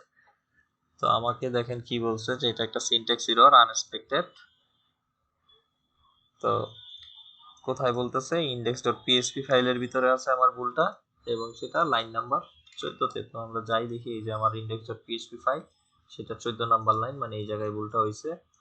তো এই ভুলটা কি হয়েছে, আমি মাই কার ইজ কনকেট কালার, তো কালারের পরে আমি চাইতেছি যে আমার এই রেড লেখাটা যে ছিল, রেডের পরে আমি একটা ফুল স্টপ দিব। তো সেটা দিতে গেলে আমার অবশ্যই একটা কনকেট করতে হবে, আমি কনকেটের ডট দেই নাই। দেখছেন এই জায়গায় একটা কনকেটের ডট হওয়া দরকার ছিল, সেটা নাই, এই জন্যই আমাকে ভুলটা দিছে। আমি কনকেট করলাম, কনকেট করার পরে আবার স্ট্রিং নিলাম, এখন আর ভুলটা থাকবে না। সেভ করলাম, সেভ করে রিলোড দিলাম, এই যে দেখেন মাই কার ইজ রেড, রেডের পরে এই যে ফুল স্টপ আছে। আমার ফাইলটা তো ভুলটা হয়ে ভালোই হয়েছে যে আপনাদের ভুল হইলে পিএইচপি কিরকম আচরণ করে সেটা দেখতে পারলেন, যে ভুল একটু সামান্য একটা ডট মিস হইলেও কিন্তু আপনার এই পিএইচপিতে এরর দিবে। বিশাল ডিজাইনের একটা ফাইল, সেটা দেখবে উদা হয়ে গেছে একটা ডটের জন্য। তো পিএইচপির কোড করতে গেলে অনেক সাবধানে এবং অনেক খেয়াল করে করতে হবে, না হলে এরকম এরর দিলে ভয় পেয়ে যাবেন যে আমার ডিজাইন কই গেল। কারণ এটা তো এখন ছোট, তো দেখা যাবে যখন বড় ফাইল থাকবে তখন এরর গুলো একটু ক্রিটিক্যাল থাকবে, ধরা মুশকিল হয়ে যাবে। বলবে ওরা একটা হিন্ট দিবে, ওই হিন্ট অনুযায়ী খুঁজতে হবে, কিন্তু পারফেক্টলি বলতে পারবে না তখন। তো এই কাজ করতে করতে তখন এই এরর দেখলেই বোঝা যায় যে কি থেকে এররটা আসতেছে। আর বিভিন্ন ধরনের এররই আসবে, তো এররটা বুঝতে পারলে আপনি সমাধানও খুঁজে পাবেন। গুগলে সার্চ করলে কিভাবে কি করতে হবে মোটামুটি আইডিয়া পাওয়া যায়। হুবহু আপনি কাজ মানে ওই এররের সলভটা পাইবেন না, কিন্তু যেমন স্ট্যাক ওভারফ্লো, তারপরে আরো বহুত জায়ান্ট জায়ান্ট সাইট আছে আপনার প্রোগ্রামারদের জন্য। ওইসব সাইটে অনেকেই সমস্যায় পড়লে ওইসব সাইটে ঘাটাঘাটি করে ওখানে গেলে সলিউশন মিলে। ডিরেক্ট সলিউশন মিলে না, কিন্তু মানে ওই প্রবলেমের সলিউশনটা কি রকম হইতে পারে ওই রকম আইডিয়া পাওয়া যায়। তো সেই আইডিয়া নিয়ে পরবর্তীতে আপনি ট্রাই করলে দেখা যায় একটু সময় লাগলেও প্রবলেমটা সলভ হয়ে যায়। প্রত্যেক প্রোগ্রামারই ইরর ফেস করবেই, ইরর ছাড়া কোনো প্রোগ্রামার নাই। এরকম প্রোগ্রামার এখনো দুনিয়ায় হয় নাই যে সে ইরর হবে না, তার হবেই, সেও প্রবলেমে পড়ে। একটা বড় অ্যালগরিদম বা কোড বানাইতে এক একটা প্রোগ্রামার দেখা যায় একদিন 2 দিন পার করে দেয়, তাদের ইরর সলভ হয় না, ইরর হবেই।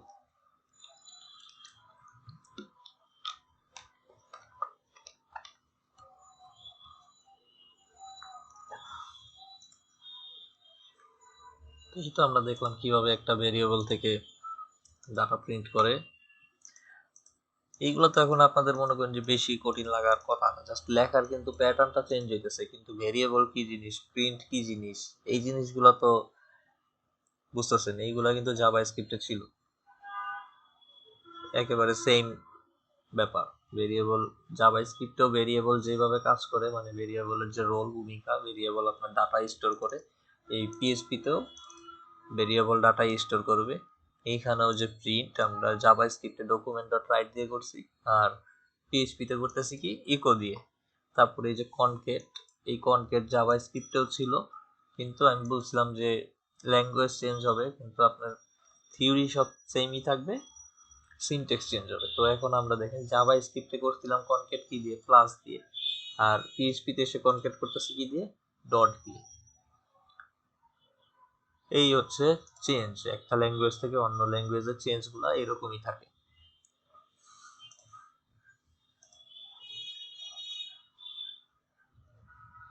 এখানে ওই এক্সারসাইজ দিছে, তো এখানে কি হবে বোঝা যাইতেছে, এই জায়গায় ইকো হবে submit answer, answer correct, just test. তো আমরা পিএইচপির কমেন্টসটা দেখি। আজকে নর্মালি ভেরিয়েবল পর্যন্ত দেখাই দিব, আর দেখি সময় পেলে একটু ইকো দেখাই দেবো, আজকে আর বেশি দিব না, কালকে থেকে এই ডাটা টাইপ স্ট্রিং এইগুলো সম্পর্কে তো ধারণাই আছে, জাস্ট দ্রুত চলে যাবো আমরা এইগুলা, কারণ এইগুলো সম্পর্কে আমাদের ধারণা জাভাস্ক্রিপ্ট থেকেই আছে, সেম জিনিস সব, এই যে constant, operator, math, number, string, data type, if else, else if, switch, loop, function, array, super global একটু আলাদা ব্যাপার, ওইটা আমি বলবো। তারপরে আপনাদের অন্যভাবে কাজ করে করে বিভিন্ন জিনিস এবার দেখাবো, কারণ পিএইচপিটা একটু দরকারি বেশি। তো কমেন্ট, সবগুলা ল্যাঙ্গুয়েজেই কমেন্ট থাকে, যেটা HTML এও ছিল, CSS এও ছিল, আমাদের বুটস্ট্র্যাপেও ছিল, এরপরে কি জাভাস্ক্রিপ্টেও ছিল। তো এখন আমরা পিএইচপির কমেন্টিং দেখবো। পিএইচপিতে কমেন্টিং কি, এই যে দেখেন এটা কি, ডাবল স্ল্যাশ। তো ডাবল স্ল্যাশের মানে কি, this is a single line comment. তো ডাবল স্ল্যাশ দিয়ে আমরা যে কোনো একটা পিএইচপি কোডকে সিঙ্গেল লাইন মানে যে কোনো পিএইচপি কোডের এক লাইন কমেন্ট করে দিতে পারি। তারপরে দিস অলসো সিঙ্গেল লাইন, তো এই হ্যাশ দিয়েও সিঙ্গেল লাইন কমেন্ট করা যায়, মানে এক লাইন। যেমন ধরেন এই যে আমার এক লাইন, আমি এই যে দেখেন কমেন্ট হয়ে গেছে। তো আমি যদি এটাকে হ্যাশ দিই, ফার্স্টে হ্যাশ দিলেও এটা কমেন্ট, মানে সেম, দুইটার যে কোনো একটা আমরা ইউজ করতে পারি। এটা হচ্ছে সিঙ্গেল লাইন ছিল। তো মাল্টি লাইন কমেন্ট কিভাবে করে সেটা দেখি। মাল্টি লাইন কমেন্ট হচ্ছে ওই সিএসএস এর মতো, ধরেন এই এতটুকুই তো আমার পিএইচপি, মানে 2 লাইন। তো এই 2 লাইনকে আমি একসাথে করব কিভাবে, হ্যাশ স্টার আর স্টার হ্যাশ দিলেই দেখেন এই যে আমার পিএইচপি এর ভিতরের যতটুকু কোড ছিল ততটুকু কমেন্ট হয়ে গেছে। তো শর্টকাট আমরা জানি, তো শর্টকাট যারা জানে না তাদের জন্য এরকম, শর্টকাটে তো আমরা এই কন্ট্রোল স্ল্যাশ দিলেই আমাদের এডিটর এটাকে কমেন্ট করে দেয়। তো এই হচ্ছে কমেন্টিং। আর কমেন্টিং কেন করে এটা তো আর বোঝানোর দরকার নাই, কারণ এটা নিয়ে প্রতিবারই আমাদের আলোচনা হয়েছে যে আমরা কোনো কোড এখন আপাতত দরকার নাই, পরবর্তীতে লাগতে পারে, সেই জন্য কমেন্ট করে রাখতে পারি, যে ডিলিট করব না, কমেন্ট করে রাখি আপাতত। আবার আমার এইখানে কি কাজ করছি সেই কাজের একটা কমেন্ট উপরে লিখে দিতে পারি, যাতে বুঝতে পারি যে আমার এই কাজটা কেন করছি। তো এই ছিল কমেন্ট। এই যে দেখেন এই জায়গায় পুরো ভালোভাবে বুঝাই দিচ্ছে যে এক্স প্রথমবার কি কাজ করছিল, যে 5 প্লাস 15 প্লাস 5। এখন আমার মনে হইতেছে যে আমার এই 15 দরকার নাই, কিন্তু পরবর্তীতে লাগতে পারে, তো আপাতত আমি 5 এর সাথে 5 যোগ করে রাখি। দেখেন 5 দিল, এই 15 আমি কাটি নাই, সেটাকে কি করছে, কমেন্ট করে রাখছে, তারপরে প্লাস 5। তার মানে আমার এক্স এর মান এখন কি হবে, 5 যোগ 5 মানে 10। ইকো এক্স করলে এই জায়গায় 10 দেখাবে। যদি আমি কমেন্ট উঠাই দিই তখন কি হবে, 15 আর 10 25। এই যে এই যে 25।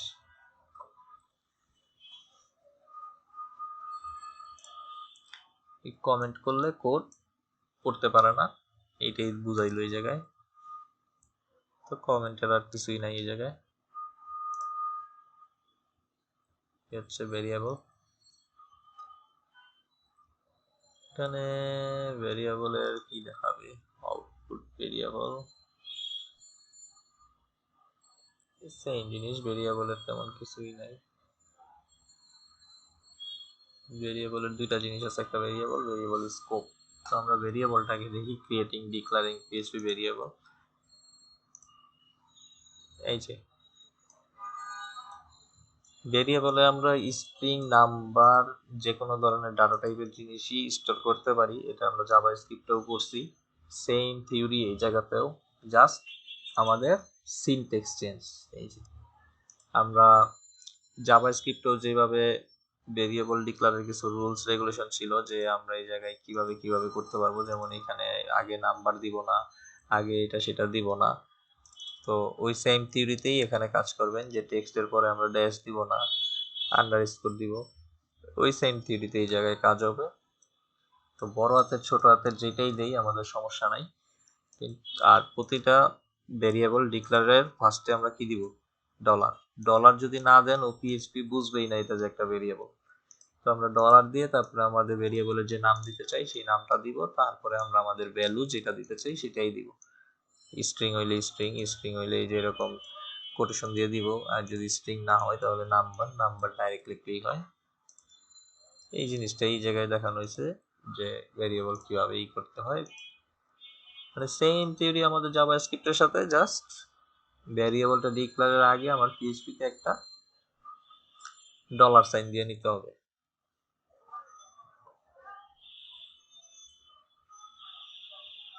এই জায়গায় বলে দিচ্ছে যে variable name are case sensitive. এই যে variable name can only contain alphanumeric character and underscores. Alphanumeric বলতে তো বুঝতেই পারছেন যে আমাদের ফার্স্টে অ্যালফাবেট থাকতে হবে, তারপরে নিউমেরিক। আর শুধু অ্যালফাবেট দিয়ে করলে তো কোনো সমস্যাই নেই, কিন্তু আমরা এমন যদি চাই যে আমাদের কোনো ভেরিয়েবলে এবিসিডিও থাকবে, সংখ্যাও থাকবে, সেই ক্ষেত্রে এবিসিডি আগে থাকবে, তারপরে সংখ্যা থাকবে। কোনো সময় সংখ্যা আগে থেকে তারপরে এবিসিডি দিয়ে ডিক্লেয়ার করবেন না। আর কেস সেন্সিটিভ তো বোঝাই যায় যে আমি ডলার এজ নামে কোনো একটা ভেরিয়েবল নিলাম, আবার প্রিন্ট করতেছি বড় হাতের এজ দিয়ে, তখনও চিনবে না। তো এইটা সম্পূর্ণ ডিফারেন্ট। এই এজ নামেও একটা ভেরিয়েবল করতে পারবেন, এই এজ নামেও একটা আলাদা ভেরিয়েবল করতে পারবেন। তো সেই ক্ষেত্রে এই দুইটা আলাদা আলাদা হবে, দুইটা কিন্তু সেম হবে না, কারণ এখানে বড় হাতের ছোট হাতের ব্যাপার আছে, মানে কেস সেন্সিটিভ না। এই দুইটা কেস সেন্সিটিভ না বললে আবার উল্টা হয়ে যাবে, কেস সেন্সিটিভ। আউটপুট ভেরিয়েবল, ভেরিয়েবলের আউটপুট তো বিভিন্ন ভাবেই দেওয়া যায়। তো এখানে ইকো দিয়ে প্রিন্ট করে দেখাইছে।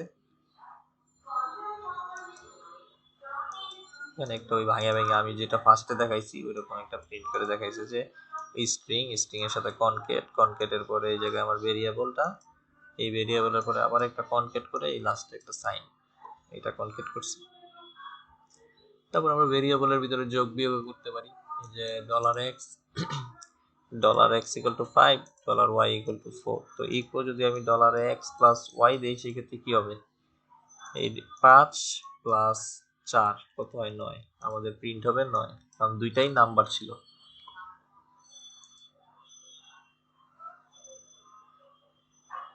এখানে কিছু থিওরি লেখা আছে যে PHP is a loosely typed language.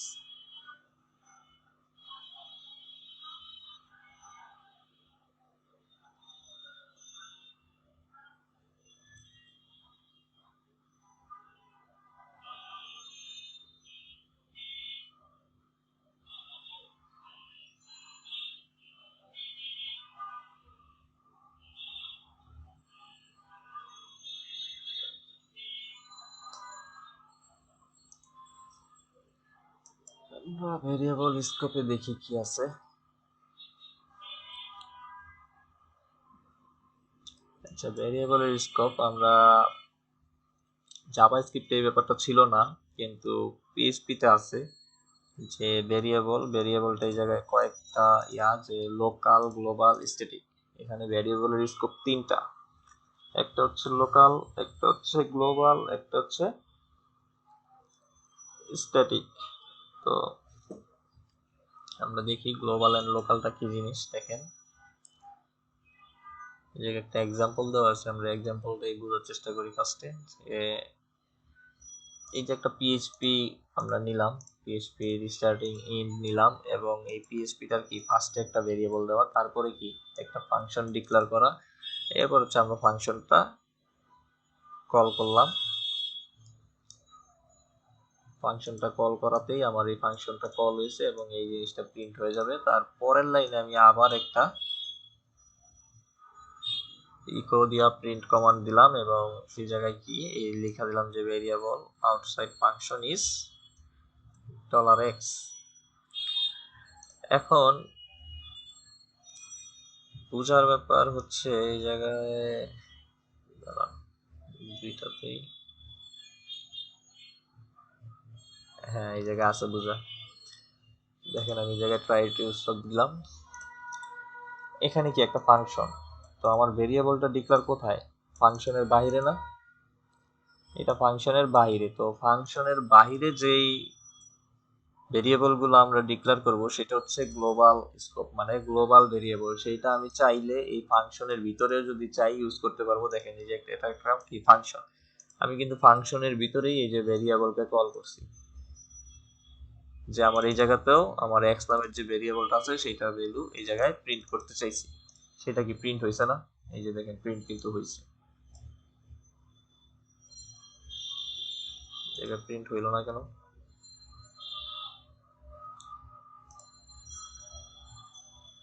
আচ্ছা, echo variable x inside function is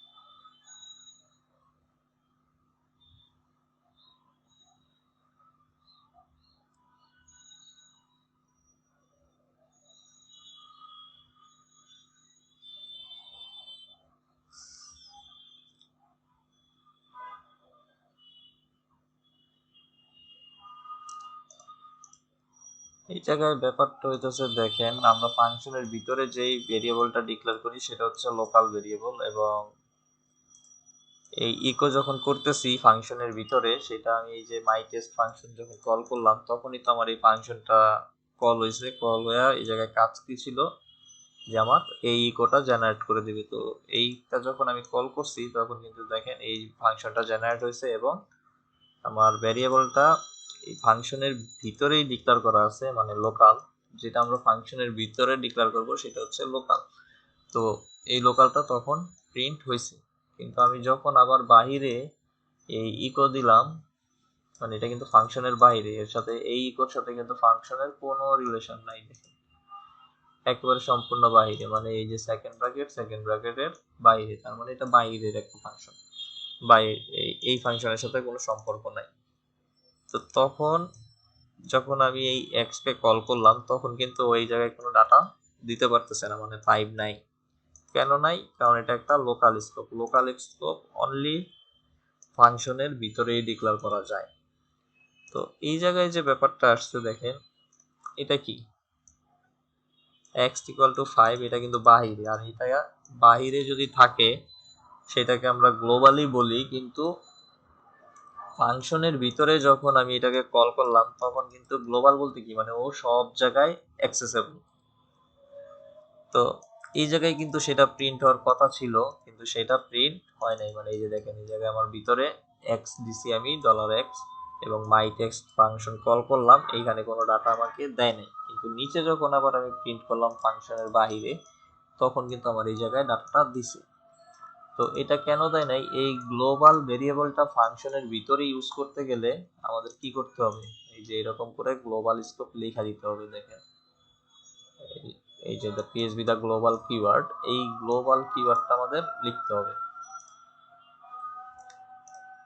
দেখেন আমি বাইরেই কিন্তু ভ্যালু ডিক্লেয়ার করছি যে 5 10, এটা গ্লোবাল ভেরিয়েবল ঠিক আছে, কিন্তু আমি ফাংশনের ভিতরে যদি এই গ্লোবাল ভেরিয়েবলের আমি ভ্যালুটা ইউজ করতে চাই সেই ক্ষেত্রে আমাকে এই গ্লোবাল কথাটা লিখে দিতে হবে। যেমন এই জায়গায় আমাদের আউটপুট কোনটাই দেয় নাই, এইটাই। তো আমাকে এই জায়গায় জাস্ট এই গ্লোবাল কথাটা লিখে এই $x, আমি ভ্যালু দেই নাই, জাস্ট এই এক্সটা লিখে দিলাম। তো এখন রান করি, দেখেন এখন কিন্তু আমাকে ডাটাটা দিছে। গ্লোবাল মানে হচ্ছে সব জায়গায় অ্যাক্সেসেবল, ওকে বাইরে ভিতরে সব জায়গায় অ্যাক্সেস করা যায়। কিন্তু ফাংশনের ভিতরে আমার গ্লোবাল ভেরিয়েবলটা চিনাইতে গেলে কি করতে হবে, আমার ওই ভেরিয়েবলটার আগে একটা গ্লোবাল কিওয়ার্ড সেটা লিখে দিতে হবে। এখানে যদি আমার 5টা থাকতো ভেরিয়েবল, তো সেই ক্ষেত্রে আমি এই গ্লোবাল একবার লিখে জাস্ট এই এক্স এর পরে কমা দিয়ে দিয়ে আমি ওই ভেরিয়েবলগুলোর জাস্ট নাম লিখে দিতাম, কোনো ভ্যালু অ্যাসাইন করার দরকার নাই, ভ্যালু তখন ও বাহির থেকে চিনে নিত। এইটাই হইতেছে গ্লোবালের ব্যাপার, যে গ্লোবাল কিওয়ার্ডটা আমরা কোনো ফাংশন ইউজ করতে গেলে জাস্ট এই গ্লোবাল কিওয়ার্ড আমাদের লিখে দিতে হবে। আর গ্লোবাল কিওয়ার্ড সব জায়গায় অ্যাক্সেসেবল। এই গ্লোবাল কিওয়ার্ডের মাধ্যমে আমরা ফাংশনের ভিতরে ইউজ করতে পারতেছি, তারপরে আবার ফাংশনের বাইরেও যে কোনো জায়গায় জাস্ট এই আমাদের ভেরিয়েবলটাকে কল করলেই সেখানে কাজ করতে পারতেছি। তো আর একটা ব্যাপার আছে, আমরা গ্লোবাল লোকালটা দেখলাম, জাস্ট স্ট্যাটিক কিওয়ার্ডটা দেখে আজকের মতো ক্লাসটা অফ করে দিব।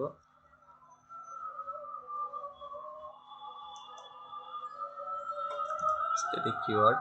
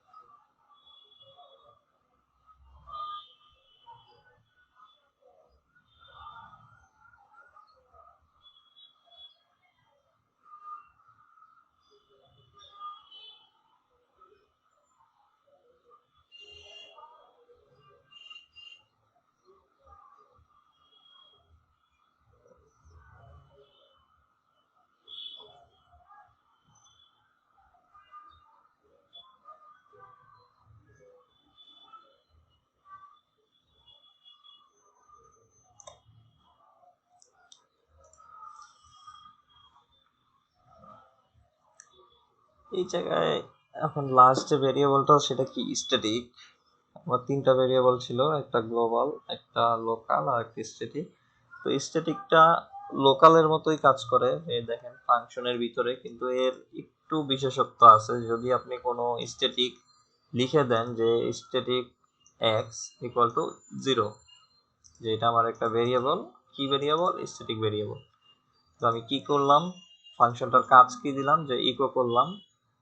ইকো মানে হচ্ছে ও প্রথমবার যখন আমি আমার এই মাই টেস্টকে কল করব তখন কি করবে, ও এই ইকো জেনারেটরে আমার এই ভ্যালুটা দিয়ে দিবে 0। এরপরে কি বলছি আমি, $x প্লাস প্লাস, এটা তো আমরা জানি প্লাস প্লাসের কি কাজ, অপারেটর, যে ওকে আমি যদি পরের বার আবার কল করি তখন কি করবে, 1 বাড়বে। জান দিতেছে যে 1 মিনিট, আমি এটা শেষ করে দিচ্ছি। তো এই 0 দেখেন, প্রথমবার যখন এটা কল করলাম তখন 0, পরের বার যখন কল করলাম এই প্লাস প্লাসের জন্য 0, তারপরে এই প্লাস প্লাসের জন্য আরো 1 যোগ হয়ে 1 হয়ে গেছে। এর পরের বার যখন আবার মাই টেস্ট দিলাম তখন কি করছে, 2। তো এই স্ট্যাটিকের কাজটা কি, স্ট্যাটিকের কাজটা হচ্ছে ওকে আমি যেই কয়বারই কল করি ও লাস্ট যে ভ্যালুটা পাইছে x এর, যেমন x ফার্স্টে আমার 0 দিয়ে শুরু হয়েছে, কিন্তু দ্বিতীয়বারে কি হয়েছে, ও 1 হয়েছে। তার পরের বার যখন আবার সেম ফাংশনটাই কল করতেছি তখন আমাকে ও 2 দিতেছে। কেন, এই হয়তো ও চাইলে 1 দিতে পারতো, কিন্তু 1 দেয় নাই এই স্ট্যাটিক ভেরিয়েবলের কারণে, কারণ স্ট্যাটিক ভেরিয়েবল ওর লাস্ট যে ভ্যালুটা থাকে সেটাকে ধরে রাখে। আমার প্রথম কলে ওর মান হয়েছে 0, দ্বিতীয় কলে ওর মান হয়েছে 1। এই যে 1টা হয়েছে এটা তো লাস্ট কল, তো এই 1টা এই এক্স ভেরিয়েবলের ভিতরে স্ট্যাটিকের মাধ্যমে ধরে রাখছে। তারপরে যখন আমি থার্ড টাইম ওকে আবার কল করলাম তখন ও এটার সাথে ওই লাস্ট ভ্যালু 1, সেই 1 এর সাথে আবার এই অপারেটর যোগ করে 2 বানায় দিছে। মানে স্ট্যাটিকের কাজটাই হচ্ছে ও ওই ভেরিয়েবলটার সাথে যত ধরনের ক্যালকুলেশন হোক ও লাস্ট ভ্যালুটা ধরে রাখবে, এটাই হচ্ছে স্ট্যাটিকের কাজ, আর কিছুই না। তো ওই স্ট্যাটিক আমাদের ওই লোকালটাই সবসময় নর্মালি ইউজ হবে, গ্লোবালটা হয়তো মাঝে মাঝে, আর স্ট্যাটিক হয়তো বড় ধরনের কোনো যখন ক্যালকুলেশন করব সেই সব ক্ষেত্রে স্ট্যাটিক লাগে। তো আজকে এই পর্যন্তই থাক, ভেরিয়েবল পর্যন্ত আজকে আর না করি। প্রথম দিন আপনারা জাস্ট এটা দেখেন কি করে, মানে সম্পূর্ণ ব্যাপারটা সেট আপ করেন, পিএইচপি রান করানোর জন্য যা যা দরকার সফটওয়্যার ইনস্টল করে কিভাবে কিভাবে রান করছি আমি সেভাবে সবকিছু রান করেন। আমি ভিডিও এই 1 থেকে 1.5 ঘন্টার ভিতরে আপনারা ভিডিও ইউটিউবে এটা আইসা পড়বে। যদি কেউ আটকায় যায় সেক্ষেত্রে ওখান থেকে একটু দেখে নিন যে কিভাবে আমি লোকাল হোস্ট থেকে রান করছি ভাই। সফটওয়্যার তো সেট আপ দিতে পারবেন, সফটওয়্যার সেট আপে কোনো ঝামেলা নাই। সফটওয়্যার নর্মালি যেভাবে সফটওয়্যার সেট আপ করেন সেভাবে সফটওয়্যারটা সেট আপ করে দিবেন। জাস্ট কিভাবে লোকাল হোস্ট থেকে রান করে সেটা আমি এই ভিডিওতে দেখলেই তখন ক্লিয়ার হয়ে যাবে। তো আজকে এই পর্যন্তই রাখি, কাল থেকে এই বাকি ব্যাপারগুলো কালকে একদিনের ভিতরে আলোচনা করে তারপরে সব আমরা টুকটাক টুকটাক কাজ করে করে দেখব।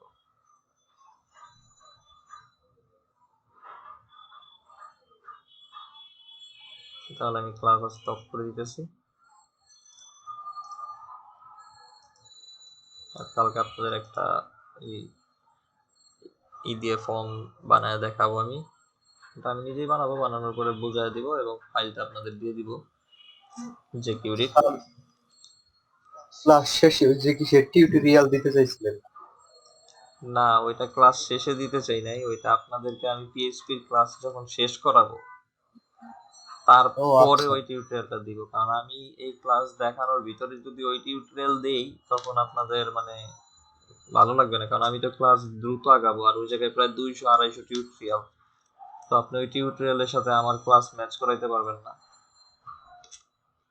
এই জন্য মানে যদি পিএইচপিটা কারো জড়তা থাকে, জড়তা থাকারই কথা, কারণ পিএইচপি ওই 10-15-20 দিনে ক্লাস শেষ করার মতো টপিক না, পিএইচপি অনেক বড় একটা ব্যাপার। তো এইটা থেকে আমি জাস্ট আপনাদেরকে একটা বেসিক আইডিয়া দিয়ে যাব, তারপরে আমি আপনাদের ওই টিউটোরিয়ালের লিঙ্কটা দিয়ে দিব। ওই টিউটোরিয়ালটা পরে আপনারা দেখ। তো ওই টিউটোরিয়ালটা যদি আপনারা ফুল শেষ করতে পারেন, আমি আশা করি আপনাদের পিএইচপি অনেকটাই ক্লিয়ার হয়ে যাবে এবং পিএইচপির অনেক কাজ শিখবে। ওই টিউটোরিয়ালটা অনেক ভালো, একটু অ্যাডভান্স লেভেলের টিউটোরিয়াল, বেসিক থেকে অ্যাডভান্স। তো ওইটা ফার্স্ট অবস্থায় আপনি ধরতে পারবেন না। ফার্স্ট অবস্থায় ধরতে গেলে আগে আপনি আমার ক্লাসটা শেষ করেন, তাহলে মোটামুটি এই ক্লাসটা ধরতে পারবেন। কারণ ওই লোকটাও যে দেখাইছে সে একটু মানে যারা টুকটাক জানে তাদের চিন্তা করে জানাইছে, একেবারে বিগিনারদের জন্য বানায়নি। তো দেখা যায় হয়তো প্রবলেমে পড়তে পারে, সেই জন্য ওই ভিডিওটা আমি এখন দেখার সাজেস্ট করব না। আগে আমার সাথে সাথে ক্লাস কিছুটা কন্টিনিউ করেন পিএইচপি, তারপরে আপনারা ওই ভিডিওগুলো দেখে তাহলে ওই ভিডিওগুলো ধরতে পারবেন, ওর কাজগুলো ধরতে পারবেন। ওকে, তাহলে আজকে ক্লাস এই জায়গায় অফ করে দিতেছি।